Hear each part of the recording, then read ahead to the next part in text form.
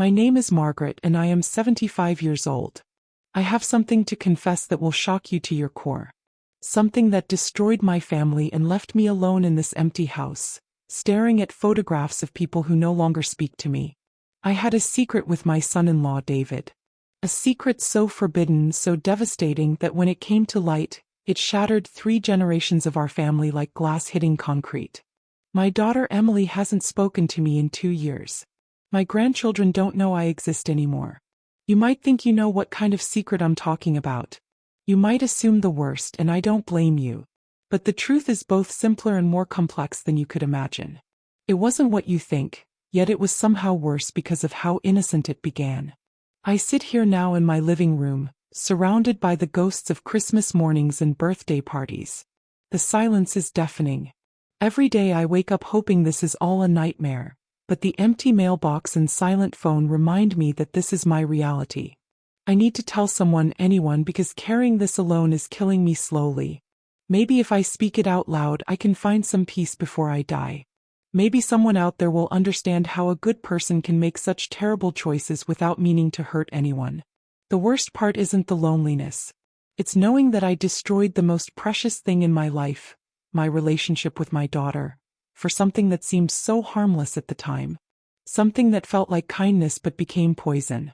I keep asking myself how it started, when exactly I crossed that invisible line that separated being a loving mother-in-law from something much darker. The truth is, it crept up on me so slowly that I didn't realize what was happening until it was too late. David was always charming, always attentive. When he married my Emily 15 years ago, I thought she had found her prince. He was everything my late husband George never was: expressive, emotionally available, interested in feelings and deep conversations. Maybe that should have been my first warning sign. Let me take you back to the beginning to help you understand how this all started. I married George when I was 22 years old. It was 1968 and women like me didn't have many choices. You married young, had children, and built a life around your husband's dreams. George was a good man, don't misunderstand me. He worked hard at the factory, never raised his hand to me or Emily, never drank too much or stayed out too late. But he was emotionally distant in the way men of his generation often were. He showed love through providing, not through words or touch. Our marriage was stable but cold. We lived parallel lives in the same house for 47 years. He would come home, eat dinner, watch television, and go to bed. I would cook, clean, and take care of Emily. We rarely talked about anything deeper than the weather or what was on sale at the grocery store. Emily was my whole world. She was bright and curious, always asking questions that George found annoying but that I treasured. I poured all my unused love and attention into raising her. When she left for college, I felt like part of my soul had been ripped away. George died 6 years ago from a heart attack. I found him in his chair, remote control still in his hand. I called the ambulance and sat with him until they came, but I didn't cry. I felt terrible about that. What kind of wife doesn't cry when her husband dies? But our relationship had been more companionship than love for so long that his absence felt more like a reorganization than a loss. Emily worried about me living alone. She called every day, sometimes twice. She would invite me for dinner at least once a week, and David would always insist I stay longer. He would make coffee and ask about my day, my health, my opinions on things. He actually listened to my answers. I had been invisible to George for so long that David's attention felt like sunlight after a lifetime of shadows. He would ask about my childhood, my dreams, what I thought about current events. No one had shown that kind of interest in me since Emily was small. Emily was busy with her career as a nurse, working long shifts and dealing with the stress of her job. When she came home, she was often exhausted. David worked from home as a freelance graphic designer, so he had more flexible hours. He started calling me just to chat. At first it seemed perfectly normal. He was being a good son-in-law, checking on his wife's widowed mother. Emily was grateful that he was looking out for me. She would say things like, "David is so good to call you, Mom. I'm so busy these days." I should have recognized the signs earlier. The way our phone conversations grew longer. The way he started asking more personal questions. The way I started looking forward to his calls more than Emily's. The change happened so gradually that I didn't notice it at first. David's calls became the highlight of my day. He would call around 10 in the morning when Emily was at work, and we would talk for hours sometimes. He told me about his childhood, his dreams of becoming an artist, his frustrations with client work. I told him about my life before marriage, the dreams I had abandoned, the loneliness I had carried for so many years.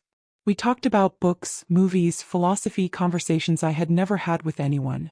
David made me feel intellectually alive for the first time in decades.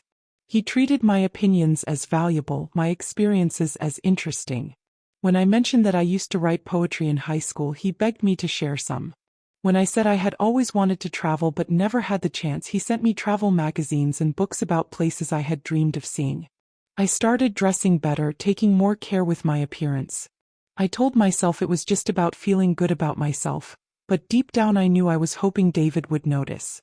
When they came for dinner, I would cook elaborate meals and pay attention to how he complimented the food. Emily was going through a difficult period at work. The hospital was understaffed and she was pulling double shifts regularly. She would come to dinner exhausted and distracted. David and I would end up talking while she dozed on the couch. One evening, David helped me clean up while Emily napped. We were alone in the kitchen and he complimented my cooking. Then he said, "Margaret, you're such an interesting woman. George was lucky to have you, but I don't think he appreciated what he had." The way he looked at me when he said it made my heart race in a way it hadn't in 30 years. I felt like a teenager again, noticed and valued. I didn't respond, but I didn't discourage him either. That night, I lay awake thinking about what he had said. I told myself it was innocent, that he was just being kind. But I knew something had shifted between us and I knew I should be careful. Instead of being careful, I found myself craving more of his attention. I started calling him sometimes, using small excuses. I needed help with my computer, or I wanted to ask about a gift for Emily.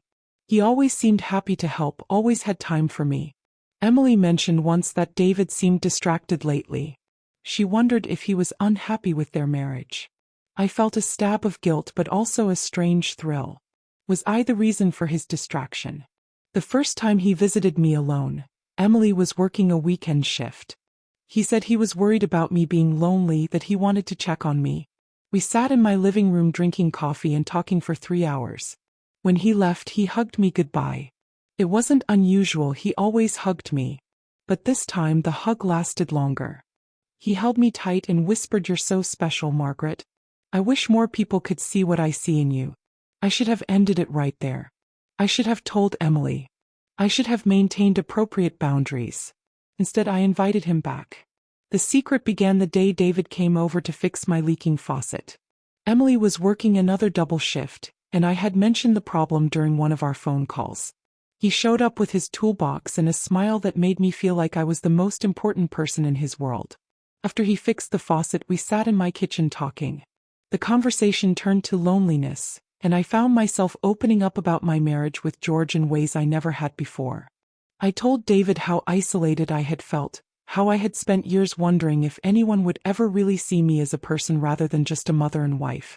David listened with such intensity, such genuine care. He reached across the table and took my hand. "Margaret," he said, "you deserve so much more than you've had. You're beautiful, intelligent, fascinating. Any man would be lucky to have your attention." The touch of his hand sent electricity through me. I should have pulled away, but instead I squeezed his fingers. For a moment, we just looked at each other, and I saw something in his eyes that I hadn't seen directed at me in decades: desire. Nothing physical happened that day beyond holding hands, but we both knew we had crossed a line. The conversation turned to how unhappy he was in his marriage to Emily. He said she was always tired, always focused on work, that they barely talked anymore. He felt more connection with me in one afternoon than he had with her in months. I knew I should defend my daughter, but instead I found myself agreeing. I told him Emily had always been focused on achievement over relationships, even as a child. I said things I should never have said about my own daughter to her husband. David started visiting regularly when Emily was at work. We would talk for hours, sharing intimate details about our lives, our disappointments, our dreams. He brought me small gifts, books he thought I would enjoy, flowers from his garden, special coffee he had discovered. I started thinking about him constantly. I would plan what to wear on the days he was coming over, rehearse interesting things to tell him, count the hours until I would see him again. I felt alive in a way I hadn't since I was young. One afternoon, David was helping me organize some old photo albums. We were sitting close together on the couch, and when he turned to ask me about a picture, our faces ended up inches apart. The moment stretched between us, charged with possibility. I could have moved away. I could have stood up, changed the subject, maintained the boundary. Instead, I leaned closer. David cupped my face in his hands and looked at me like I was precious, like I was desired. We kissed. It was soft and gentle and full of longing. When we broke apart, I felt like I was floating. No one had kissed me like that since I was 19 years old. Immediately, the guilt crashed over me. I started crying, horrified at what we had done. David held me while I cried, stroking my hair and whispering that it was okay, that we both needed this, that we deserved to feel this connection. He said Emily would never understand, that she was too focused on her own world to see what we both needed. He made it sound like we were the victims of Emily's neglect rather than the betrayers of her trust. I wanted desperately to believe him. I was so lonely, so hungry for affection and attention. The kiss had awakened something in me that I thought had died years ago. We agreed it couldn't happen again, but we both knew we were lying. What followed were 6 months of living in a strange, intoxicating, guilty dream. David and I didn't have an affair in the way most people would define it, but what we shared felt more intimate and more wrong than anything physical could have been. We became emotional lovers, sharing our deepest thoughts and feelings in a way that excluded Emily completely. We created a private world together, full of inside jokes, meaningful looks, and stolen moments of connection. David would text me throughout the day, little messages about things he was thinking, pictures of sunsets he thought I would appreciate, quotes from books we had discussed. My phone became my lifeline to happiness. When they came for family dinners, David and I would communicate in a secret language of glances and subtle smiles. While Emily talked about her work, exhausted and stressed, David and I would share looks that said we understood each other in ways she could never comprehend. I justified it by telling myself we weren't hurting anyone. We were just giving each other the emotional support we both craved. Emily was so focused on her career that she barely seemed to notice her husband anyway. But the secret was eating me alive. Every conversation with Emily felt like a betrayal. When she would complain about David being distracted or distant, I had to bite my tongue to keep from defending him or explaining his behavior. The worst part was how it changed my relationship with my daughter. I started seeing all her flaws instead of her strengths. I focused on how she took David for granted, how she was always tired, how she didn't appreciate what she had. I was building a case against her to justify what David and I were doing. David talked more and more about being unhappy in his marriage. He said he had married Emily too young, that he didn't understand what real connection was until he met me. He started hinting that he was considering leaving her. The idea both thrilled and terrified me. Part of me fantasized about David choosing me over Emily, about us being together openly. But I also knew it would destroy my relationship with my daughter forever. I started having trouble sleeping, losing weight from the stress and guilt. My friends noticed I seemed different, but I couldn't tell them why. I was living a double life, pretending to be the loving mother while secretly betraying my own child. David and I met for coffee, sometimes in cafes across town where we wouldn't run into anyone we knew. We would hold hands across the table and talk about everything except the impossibility of our situation. He told me he loved me not in a romantic way exactly, but in a way that felt deeper than romance. He said I was the person who truly understood him, who saw him for who he really was. I told him I loved him too and meant it in a way that frightened me. He had become the center of my emotional life, more important to me than my own daughter. The secret was like a cancer, growing bigger and more destructive every day. I knew it would eventually destroy everything, but I couldn't stop. I was addicted to feeling wanted, understood, cherished. I kept telling myself that after the holidays I would end it. Or after Emily's birthday. Or after their anniversary. There was always a reason to wait, always another excuse to keep living in this beautiful, terrible lie. The end came on a Tuesday afternoon in March 2 years ago. Emily had taken a rare day off and decided to surprise me with a visit. She used her tea to let herself in, something she had done hundreds of times before. She found David and me on the living room couch looking at photo albums together. We weren't doing anything inappropriate at that moment, just sitting close and talking. But Emily's eyes went straight to our clasped hands, to the way we were leaning into each other, to the guilty way we jumped apart when she walked in. The silence that followed was deafening. Emily looked back and forth between us, and I watched her face change as understanding dawned. She didn't scream or yell. She just stood there, frozen as the pieces fell into place. "David," she said quietly. "What is this?" Neither of us answered at first. What could we say? How do you explain the unexplainable? How do you justify the unjustifiable? David tried to speak first, stammering something about helping me with organizing photos, but Emily cut him off with a look that could have frozen fire. "Don't," she said. "Just don't lie to me right now." I tried to find words, any words that could make this better. "Emily, sweetheart, it's not what you think," but she stopped me too. "What I think," she said, her voice deadly calm, "is that my husband and my mother have been having some kind of relationship behind my back. What I think is that the two people I trusted most in the world have been betraying me." The worst part was that she was right. There was no defense, no explanation that could make what we had done acceptable. David tried to explain about emotional connection, about loneliness, about how their marriage had grown distant. Emily listened to every word with a face like stone. When he finished, she turned to me. "Mom," she said, and her voice broke just a little, "how could you do this to me? How could you take my husband away from me?" I wanted to die in that moment. I wanted to disappear rather than face what I had done to my own child. I tried to tell her we never meant to hurt her, that it just happened, that we were both so lonely. "You were lonely," she said, "so you decided to steal my husband's attention. You were my mother. You were supposed to protect me, not compete with me." He was right about everything. I had competed with my own daughter for her husband's affection. I had chosen my own emotional needs over her well-being. I had betrayed the most fundamental trust between mother and child. Emily left without another word to either of us. David tried to follow her, but she slammed the door in his face. We could hear her car tires screech as she drove away. David and I looked at each other in the silence that followed, and I think we both realized that our secret world had just crumbled to dust. Within a week, Emily had filed for divorce. She refused to speak to either of us. She moved in with a friend and hired a lawyer. David tried to fight it, tried to explain, tried to convince her that their marriage was worth saving, but the damage was too complete. The secret that had felt so special, so necessary, so justified, had destroyed 3 lives in a matter of minutes. The months that followed were the darkest of my life. Emily wouldn't take my calls or answer my letters. When I went to her apartment, she wouldn't come to the door. I had lost my daughter completely, and I had no one to blame but myself. David spiraled into depression after the divorce was finalized. He blamed me for everything, saying I had seduced him, that I had destroyed his marriage. The man who had once made me feel so special now looked at me with resentment and regret.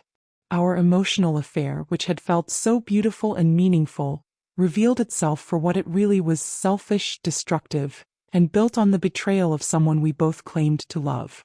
I tried to reach out to Emily through her friends, through other family members.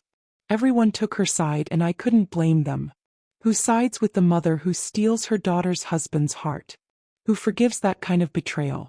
My grandchildren, Emily's 2 beautiful babies who used to call me Nana and run into my arms, grew up not knowing I existed.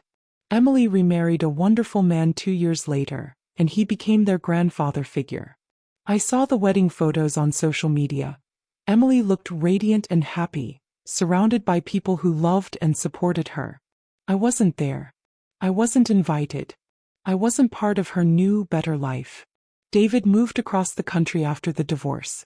He sent me one letter months later, saying he was sorry for everything that had happened, but that he couldn't see me anymore.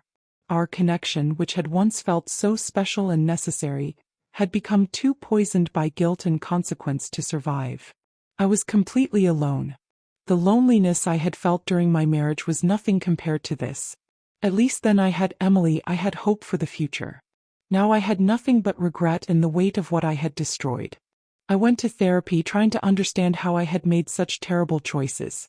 The therapist helped me see that my emotional affair with David had been about my own unmet needs, my own selfishness, my own inability to handle loneliness in a healthy way.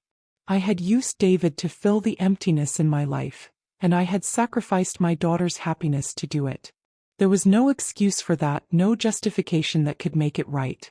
I wrote Emily countless letters, pouring out my heart, begging for forgiveness, trying to explain without excusing. I never sent most of them. What right did I have to demand her attention even for my apologies? The few letters I did send were returned unopened.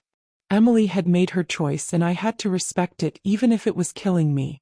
I spent my 70th birthday alone, looking at old pictures of Emily as a child, remembering when she used to think I was the most wonderful person in the world. Those days felt like another lifetime, another person's memories. I am 75 years old now, and I have spent the last 2 years learning to live with the consequences of my choices. I have learned things about myself that I wish I never had to know, but that I needed to face. I was selfish. I was lonely and desperate for attention, and I chose to fill that need in the most destructive way possible. I told myself that David and I were special, that our connection was pure and necessary, but the truth is that I was willing to betray my own daughter for emotional gratification. I convinced myself that Emily was neglecting David, that she wasn't giving him what he needed, that I was somehow helping him by being there for him. But I wasn't helping anyone. I was feeding my own ego and my own desperate need to feel wanted. The worst part is that I enjoyed it. Even knowing it was wrong, even knowing it would hurt Emily if she found out, I enjoyed having David's attention. I enjoyed feeling desired and appreciated.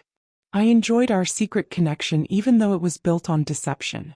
I robbed my daughter of her ability to trust the two people closest to her. I taught her that even mothers can betray their children for their own selfish needs. I damaged her ability to believe in unconditional love. If I could go back, I would choose differently. I would recognize David's attention for what it was, inappropriate boundary crossing from a man who was unhappy in his marriage and looking for validation elsewhere. I would protect my daughter's marriage instead of undermining it. But I can't go back. I can only live with what I've done and try to find meaning in the wreckage. I've learned that loneliness is not an excuse for betrayal. I've learned that emotional affairs can be just as devastating as physical ones.